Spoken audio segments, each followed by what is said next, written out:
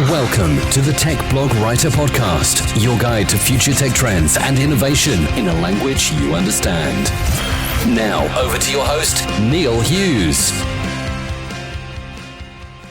Welcome back to the Tech Blog Writer Podcast, and a big thank you for choosing to listen to me rather than a music playlist on your phone or wherever you listen to this show. Because for me, podcasts allow listeners to learn from leaders or those on a similar journey. And you can do that whilst performing the most mundane of activities. And for many, I think it's almost impossible, or takes a great deal of discipline, to sit down, step away from all our screens and all those distractions, and read a physical book. But again, this is why many are turning to audiobooks to feed their brains while on a commute, walking their dog, or even exercising, in the same way they do with podcasts.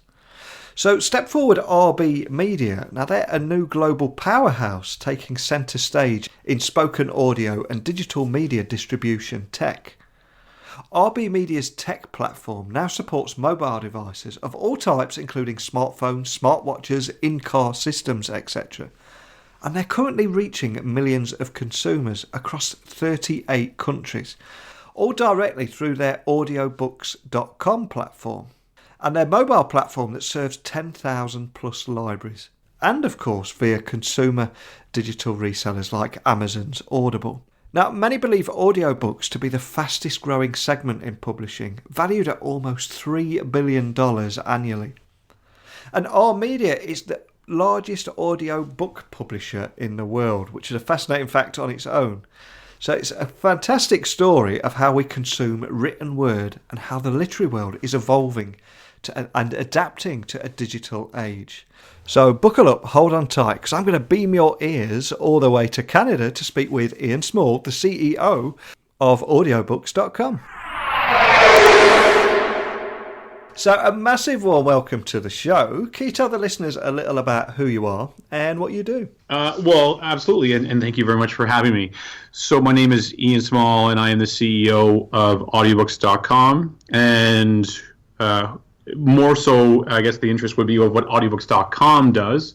And Audiobooks.com is a subscription service in which we offer digital audiobooks to consumers on their mobile device, in their vehicles, in their home, in pretty much anywhere that we're doing our best to have our product and our service available on anything that's connected, pretty much. So the connected car, to the iPad, to your watch, to your phone, and make it accessible and convenient for consumers there.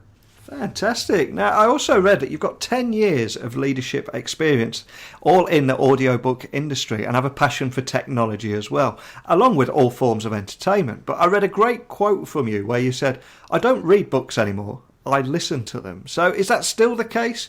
Why do you think that is? Is it a convenience or a time thing? So yes, that's absolutely the case. And so, well, number one, I'm biased. I want to use our product, and I want to be our number one consumer, and I want to be our number one. I want to be the most critical about our product and our service. So, that engagement, because of the company, that leads to part of it, but also.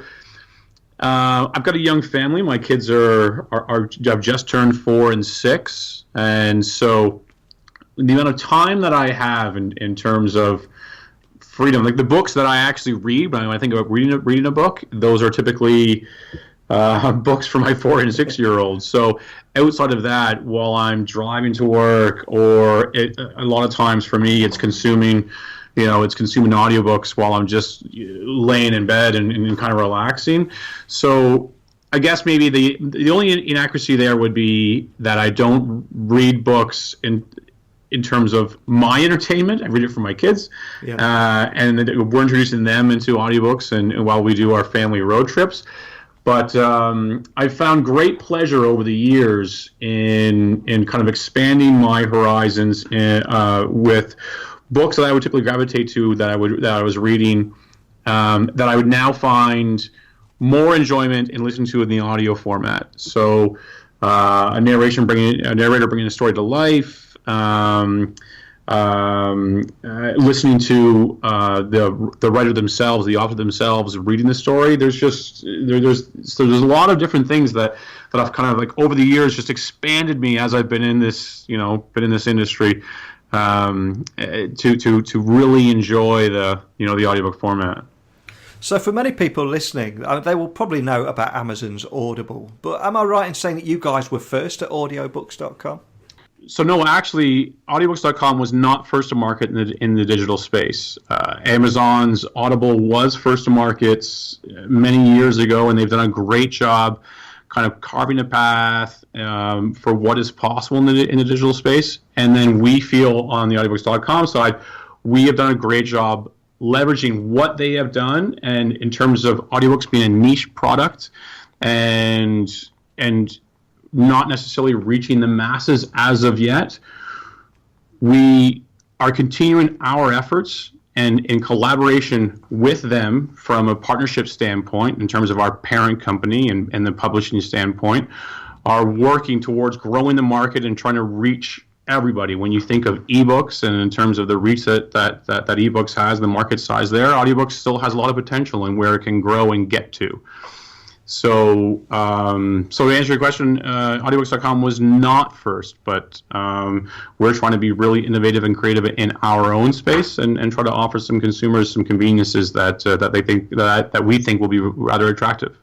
And you really are doing just that, because I think Audiobooks.com was the first premium audiobook service to offer full Apple Watch and Android Wear smartwatch compatibility. So as someone that's got an Apple Watch, how does that work? How do you get to use and operate that through your watch? Yes, we were first to market on the Apple Watch, the Android Wear smartwatch, and that's a bit of a strategy of ours. We want to focus on the convenience of consuming audiobooks for our members and for consumers. So we focus on emerging technology and emerging spaces, whether it be the smartwatch, like you mentioned, for the Apple Watch and Android Wear, the connected car. We've got partnerships with General Motors and Jaguar and Land Rover in terms of our app being available in the connected car. We have our app available on Apple TV and a wide variety of places anywhere since that's connected. So when the watch was announced and it was going to be a focus for a listener on the go, that for us is a target demographic that we want to make sure that we're satisfying. We are distraction entertainment, essentially. So while you are busy doing something, typically that is the best time for our service and our product to be made available to you. So if you are exercising, if you are doing chores around the house, if you are on a commute to work, or anything along those lines. So when we see something like the Apple Watch or Android Wear, for us, we know it's going to be a big win for our customers if we make it accessible on that platform. It does feel that we're bombarded with content now, and putting all the devices down to soak up a good book is a great idea, but to be honest, it's unrealistic for most people. But more and more people are turning to audiobooks and podcasts when they're running, commuting, etc., or doing the chores, like you mentioned. I mean, is that a trend that you're noticing? And is it another reason why you're passionate about getting your audio content on Apple devices, Android devices, as well as Sonos and CarPlay, etc.? Well, so absolutely, and because as you mentioned, there is not a limit to what's being exposed in terms of entertainment out there. But what we are seeing in terms of our demographics and in terms of who is looking for us for entertainment, there's a combination of there's not enough time in people's lives to be enjoying some of the finer things like books. And so what we offer is the ability to do two things at once. So like I mentioned previously, the distraction entertainment aspect. You don't need to put anything down. You don't need to put you don't need to stop doing chores around your house. You don't need to stop driving to work to enjoy listening to a book. It's something that you can do while doing something else, and that's what we've heard from the consumers. So that's why it's important for us to be the convenient factor, because again there's a lot of content and a lot of competition out there, but people can't stop, their busy lives to just, sit and consume something. So we like to consider it a nice add-on to what you're doing. So RBmedia also acquired Audiobooks recently. I mean, were you involved in that process, and what benefits do you think this will bring to the platform? So I was extremely involved with that process. I've been with the company for almost 13 years now. And one of the things that we looked at when we were having conversations with RBmedia and the possibility of the acquisition was, what would the company look like post-acquisition? What we saw and what our vision is and what we will be continuing to do is RBmedia will be a global leader in spoken audio, and it's going to be built on three pillars. Essentially, publishing. So within the RBmedia family, from the publishing aspect, recorded books, Tantor, Highbridge, Christian Audio. There's a handful of quality of audiobook specific publishers that are within the organization. Next to that, there's Audiobookscom now, post acquisition, which we handle retail. So on the consumer side of things, we're selling to the consumer directly, and we are collecting the market data and trying to satisfy the market from a retail side of things. And then there's RB Digital, which is a library app which will essentially be in over 10,000 libraries across the United States, and as well as the UK and Canada, and satisfying library patrons. So when you think of RBmedia, it's this all-encompassing brand that does retail for audiobooks, publishing for audiobooks, and then library for audiobooks. And there isn't anything else out there that does all of those three key elements within the audiobook industry. So when we were assessing the opportunity to join the RBmedia family, looking at that, it was extremely difficult to look at that and say that is not a win-win situation on both sides for what Audiobooks.com can bring to RBmedia and what RBmedia can bring to Audiobooks.com. So I've got significant interest in this market growing, in the industry, and just audiobooks in general just growing and reaching the masses, and RBmedia really helps Audiobooks.com kind of achieve those goals. So I'm curious, what is the demographic of listeners at Audiobooks.com? Is it right across the board, or is it particular areas? Well, so that's actually some of the most fascinating information that we've gathered over the past decade. So originally we were simply audiobooks, which is still a brand that's available, which deals with audiobook CD rentals, and now we also have Audiobooks.com, which obviously is a digital subscription service. And so through this transition and pivot that the company has done to accommodate the market, which has shifted from physical goods to digital goods, we have noticed a significant shift in demographics in terms of audiobook listeners. So right now, we range from the age of 27 to 55, and we're about 52% female to male, and it is starting to expand a little more on the male side of things. And we attribute a lot of that to podcasts. Typically, what we have seen in the past is a little bit of an older demographic, but with podcasts and what they've done over the past few years, they've really kind of branched out and has made spoken audio acceptable in terms of a form of entertainment. So we are really starting to see the demographic kind of expand into a wider age range, and for us, we're really excited about that because for us, we're very proud of the product that we have and the service that we have, and spoken word being a viable form of entertainment, and people are more and more looking to that and accepting it. So it's a really, really interesting time in terms of growth for the audiobooks market in general, and not just Audiobooks.com. So how does your subscription service work? I mean, do users buy one, do you have access to one book at a time? And what are the differences between Audible and audiobooks, for example, through the eyes of the listeners? So through the eyes of the listeners, I mean, the pricing is similar. They are both both subscription services, and at the exact same price points, which I think you'll probably see comparable across the market. Yeah. But you nailed it on the head there, where it is a subscription service in which it's a credit-based program in which you receive a credit every month, which is redeemable for any audiobook of your choice. And then typically for us, any additional audiobook that you would like to listen to is again going to be a $14.95 price point. We differ from Audible in that capacity. We also differ from Audible in the experience in how you use and consume your audiobooks. Everything for us is a mobile application based system. So everything happens within your smartphone, your iPad, or your Apple TV, or within your GM app, Audiobooks.com enabled vehicle.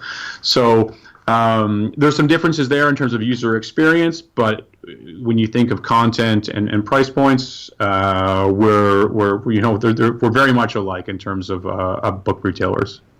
So in your opinion, what's next for audiobooks, and how do you see it evolving over the next few years? Do you think we will ever see an all-you-can-eat Netflix or Spotify or iTunes style model? So I do believe so. I'm a big champion of the all-you-can-eat buffet, essentially, for media consumption.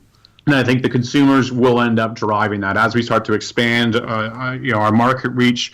But as for where it stands right now, it's not quite there yet, and that's one of the things that I'm excited about, is that when you think of the audiobook industry, we are in such a growth stage right now, and in comparison to say the ebook market, and we are the fastest growing format in the publishing industry, and the potential for growth that's there is so large.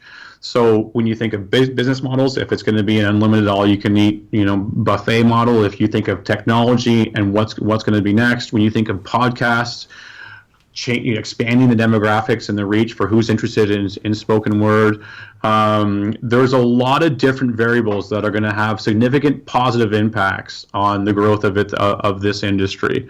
So I'm very much looking forward to the next 5 years. When I try to think of the next 5 years for technology, if I try to pick that out of the air of what's possible in the next 5 years, I mean, I think I'd be a magician. So, but all the signs in terms of what's trending right now are really positive for the audiobook industry. Absolutely. It's an incredibly exciting space to be in at the moment. But before I let you go, can you remind the listeners of your website details, platforms they can enjoy audiobooks on the move, and if they have any other questions that they'd like to reach out to you guys, how can they do that? Oh, absolutely. Thank you so much. So the website is www.audiobooks.com, and at that point, if you're not a member at all, and you've never listened to an audiobook, we encourage you, please try. We offer a 30-day free trial. The first book is on us, because we know if you just listen to one book, you're going to love it. So please come to the website, try the service out, try an audiobook.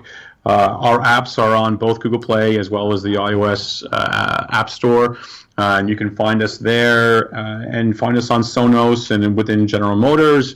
There's a lot of different areas. If you just come to www.audiobooks.com, we've got links to everything there, and we offer the free trial. So give it a try, and I'm sure your listeners will love it. So I appreciate the opportunity. Thank you. Well, a huge thank you for coming on today. I really appreciate you taking the time. And I also love the phrase that you use there, distraction entertainment, because I think that is the rise of that now, where people want to do two things at once as we multitask, is a great thing. And I, for one, love audiobooks too. So I think it's a great idea that you've got. And I wish you the best for the future. So thanks for coming on. Thank you so much. Thank you. I appreciate the time.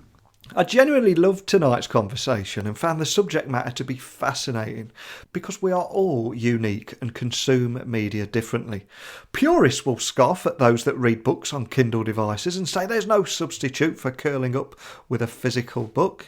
Equally, digital natives will laugh at those trying to carry 3 hardback books onto a plane when they've got 100 books sitting on their tiny device. And audiobooks are nothing new either. And let's face it, they were available in libraries on cassette tapes a few years ago and on radio, of course.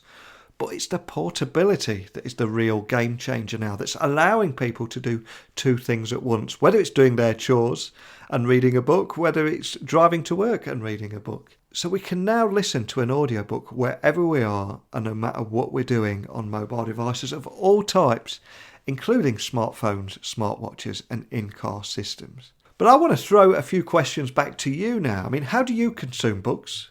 Are they physical or electronic? Or do you love audiobooks? And if so, why? Please let me know by emailing me at techblogwriter@outlook.com, catch me on Twitter at Neil C. Hughes, or comment tonight's episode over at techblogwriter.co.uk and head over to podcasts and share your favourites with everyone on tonight's episode page. But as always, a big thank you for allowing me to give you a small slice of distraction entertainment. But apart from that, until next time, don't be a stranger.